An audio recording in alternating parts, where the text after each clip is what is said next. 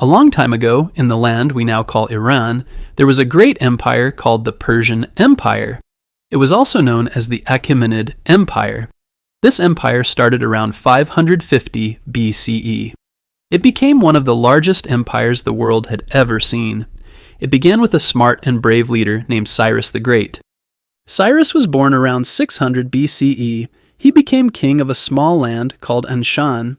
It was part of a larger group of people called the Persians. Cyrus wanted to unite the people around him. He started by fighting the Medes, a powerful group nearby. The Medes and the Persians spoke the same language and had many things in common. After Cyrus won, he joined the Medes and the Persians together. This was the beginning of the Persian Empire. Cyrus kept going. He led his army to fight the rich kingdom of Lydia, which is now part of Turkey. He won that battle too. Then he turned to Babylon. Babylon was one of the most famous cities in the world. It was full of wealth, strong walls, and smart leaders. But in 539 BCE, Cyrus and his army took the city without a big fight. The people of Babylon welcomed him.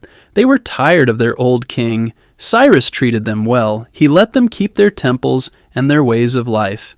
One of the most important things Cyrus did was let people go home. Many groups of people had been taken from their lands by other kings. Cyrus said they could return. One of those groups was the Jewish people. They had been taken to Babylon years earlier by King Nebuchadnezzar. When Cyrus took Babylon, he told the Jews they could go back to Jerusalem. He even helped them rebuild their temple. Because of this, he is remembered kindly in the Bible. In the book of Isaiah, he is called a great leader chosen by God. Cyrus made a new kind of empire. Before him, many kings forced people to follow the same religion and culture. Cyrus was different. He believed that people should be free to follow their own customs. He thought this would help keep peace in the empire. This idea worked. People in many lands were happy to live under Persian rule. They had to pay taxes, but they could keep their own ways of life. Cyrus also made fair laws. One record of this is called the Cyrus Cylinder. It was found in Babylon and has writing on it that tells about his rule. Some people call it the first Declaration of Human Rights. It said that people could worship as they wished and that cities and temples should be rebuilt. It showed that Cyrus believed in fairness. After Cyrus died in 530 BCE, his son Cambyses became king. He added Egypt to the empire. After him, a new king named Darius the Great took over. Darius made the empire even stronger. He built roads, made new coins, and divided the land into smaller parts called satrapies. Each satrapy had a governor who helped the king. Darius also built a great palace city called Persepolis. It had tall columns and beautiful carvings. It showed the power and wealth of the Persian Empire. The Persian Empire was huge. It stretched from the Indus River in the east to the Mediterranean Sea in the west. It included many different people: Persians, Medes, Babylonians, Egyptians, Greeks, and many others. They all lived under the rule of the Persian king.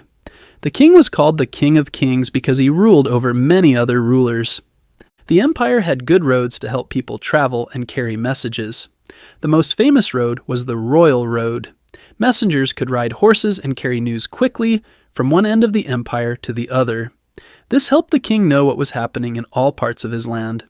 The Persian army was strong too. It had soldiers from many lands. They fought with bows, spears, and swords. They also used horses and chariots. The king had special guards called the Immortals. They were always 10,000 in number. If one died, another took his place. They were brave and loyal. But over time, the empire began to have problems. Some kings spent too much money. Some governors wanted more power. In 334 BCE, a young Greek leader named Alexander the Great began to attack. He won many battles. In 330 BCE, he took over Persepolis. The Persian Empire came to an end.